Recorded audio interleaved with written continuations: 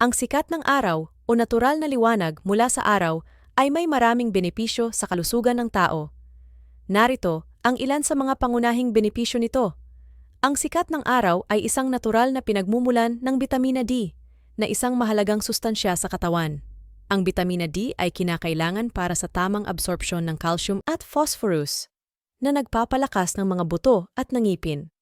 Ito rin ay may mahalagang papel sa pagpapalakas ng immune system. 2.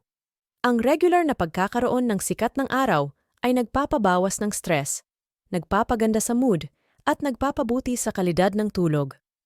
3.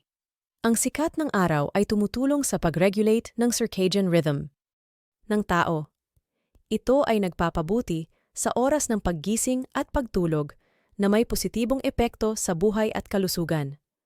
May mga pag-aaral na nagpapakita na ang regular na pagkakaroon ng sapat na sikat ng araw ay maaaring makabawas sa panganib ng ilang sakit tulad ng sakit sa puso, diabetes, at ilang uri ng kanser.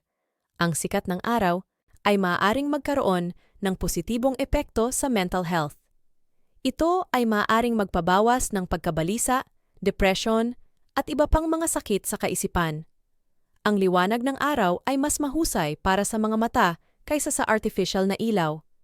Ito ay maaaring makatulong sa pagpapabawas ng pagod at pagkakairita ng mata.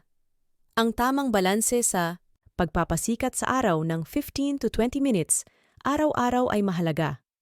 Isa ang sikat ng araw sa mga ginawa ng Diyos para maging natural na healer ng tao.